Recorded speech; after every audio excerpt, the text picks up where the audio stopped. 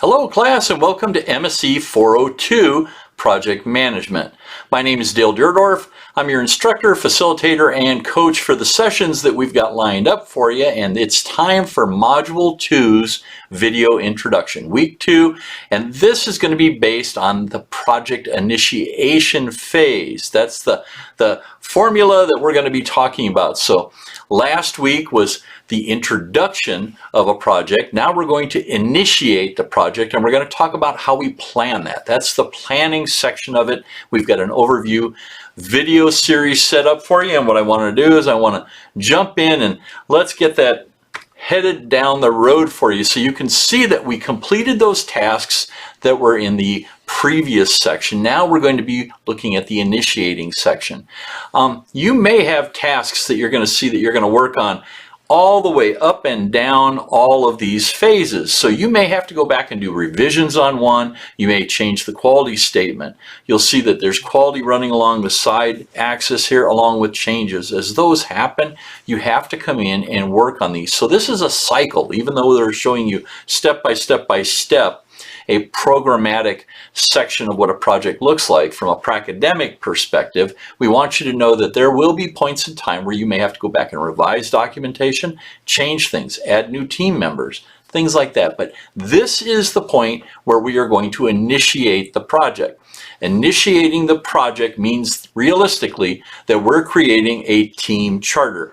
The team charter should, within its structure, identify specific elements. There are 3 requirements that I must have in a team charter. I must have a start date for the project. I must have a finish date for the project. Even if those are our best guesses, that's what you have to put into the team charter. And then ultimately you need the final piece, which is overall cost. What's our cost bogey? What's our schedule, our scheduled cost look like? If I've only got $1 million, that is my cost for my project.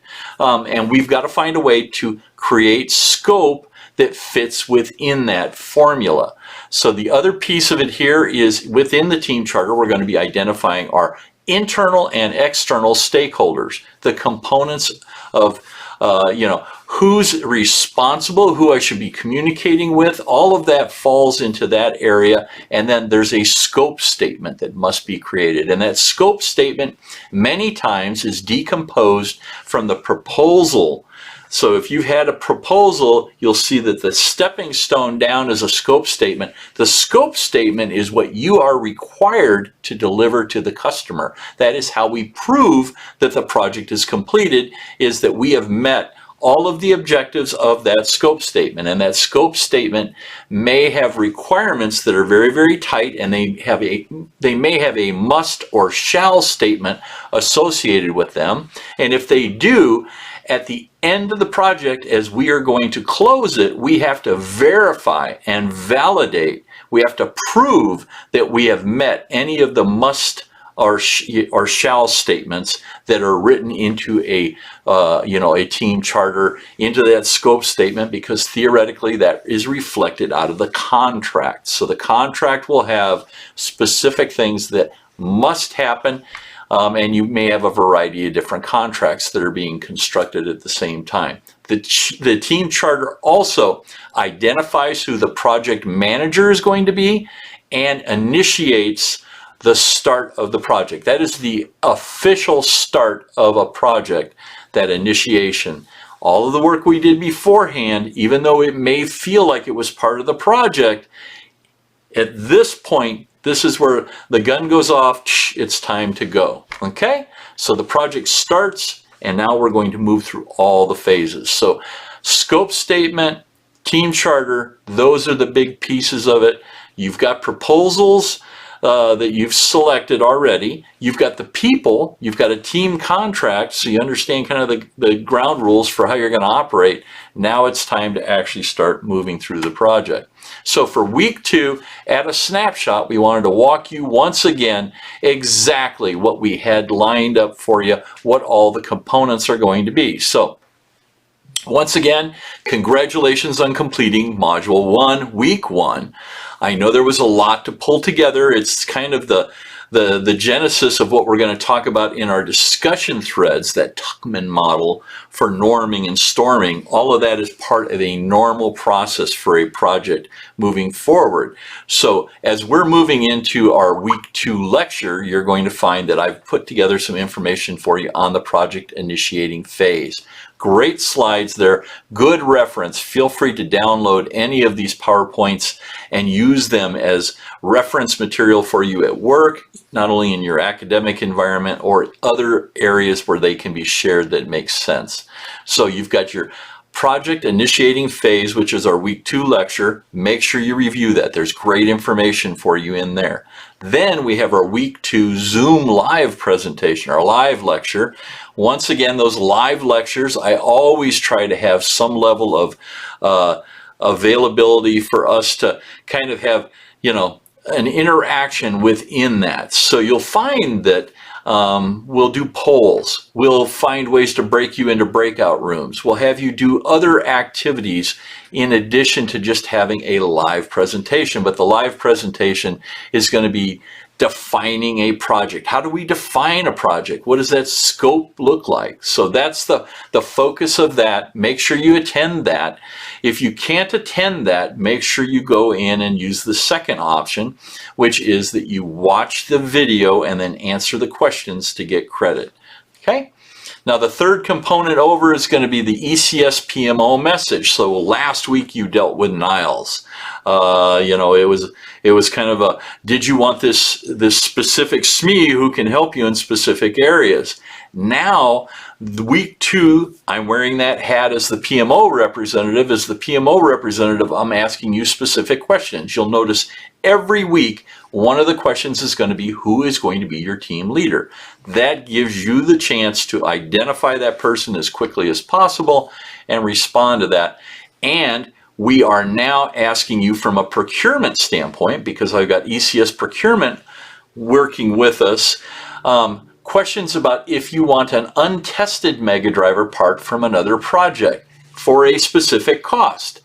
Also, if you want a second part, if it's available. So there are questions that are coming in from a procurement standpoint. That's going to mimic a lot of what's happening for you in a typical project. Procurement starts to become involved. You're starting to pick up COTS parts. You're starting to look at what parts you need to pick up, your suppliers that you need to bring online, how you qualify and quantify certain elements of the project. So those are normal activities that are spinning up in a project right about this point in time. Now, for your week 2 individual assignment, that is going to be for the team leader. So the team leader this week is going to be picking up that team leadership report from week 1 and reviewing that and then completing the information that we've got laid out for you here on the individual assignment.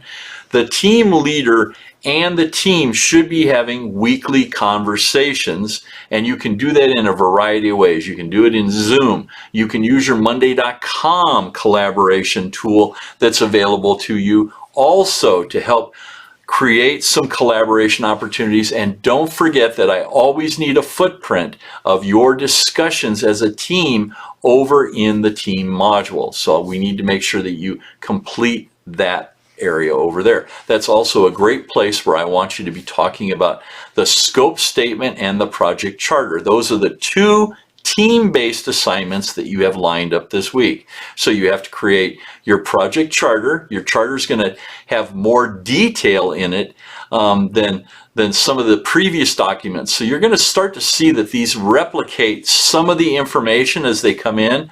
Some of the scope statement is going to come out of the project charter, but it's going to identify things at a much higher granularity level. That project scope statement is something that you could hand off to quality and say at the end of the project at closing, we need to meet all of the must and shalls that are listed in that project scope statement in addition to the contract. So those are the 2 assignments you've got lined up this week, a scope statement and a project charter. Make sure your team lead provides those to me for grading. If you submit documents early, you'll notice that I try to get in and grade them early and give you feedback. So there's not only going to be video feedback, but there will be, gradebook feedback that gives you information based upon the grading rubrics. Always look at the grading rubrics. They'll identify for you specifically what's necessary to get full credit. Okay? For week 2, we now are moving away from week 1's discussions about what was a project, how do you start a project, do you identify what's the difference between a project and a program, and now we're starting to look at a project from a structure standpoint. So not only do we have the structure of the project, we're going to start talking about different models that I think are relevant. So the Tuckman model is a model that talks about norming, storming, conforming, how the structure of the team works. We're going to be discussing that. We're going to discuss the punctuated equilibrium model, of group development. There's a specific associated with that.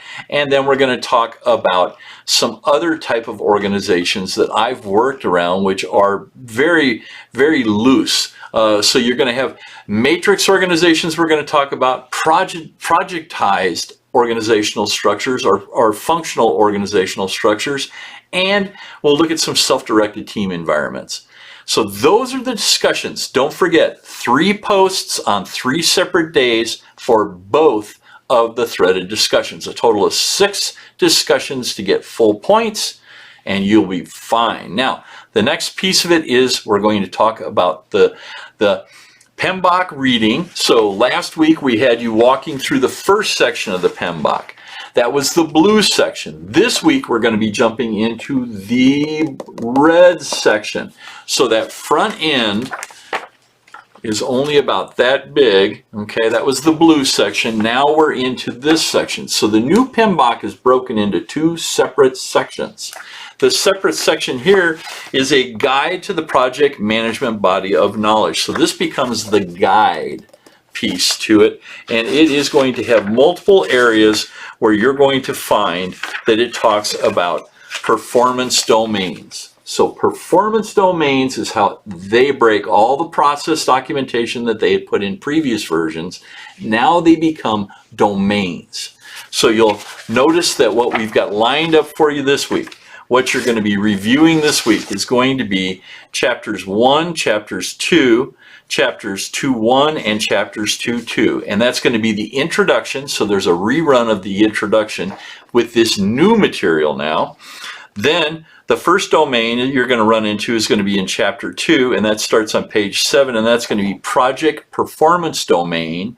Then we're going to go into chapter 2-1, which is going to be stakeholder performance domain. And finally, 2-2, which is going to be team performance domain. We want to make sure that you really have got a good understanding of the structure of these different domains. And then finally, in the project management book by Larson and Gray, you're going to be working on Module 2's readings, which are going to be Chapter 3 and Chapter 4.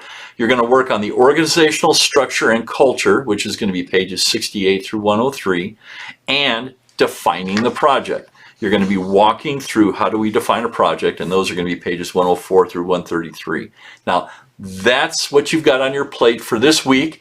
I know it looks like a lot, but think about what we covered last week. We're going to keep working that same battle rhythm, that same momentum as we move forward. Now, if you run into any problems during the week, if you need to contact me, don't forget, you can talk to me anytime you want, via email, via text message. Give me a phone call. Let me know how I can help. And during the week 2 Zoom Live presentation, I'm always going to be in at least a half an hour early. If you've got a question for me that you want to ask ahead of time, please feel free to do that. And many times you'll find that I will hang around late after we finish the Zoom presentation. We'll turn the record button off, and if you've got questions, you can ask them there then. Okay, so congratulations once again on completing Module 1. It's into Module 2. Keep up the great work. Let me know if there's anything I can do to help you as you continue to move forward. Have fun. Bye-bye.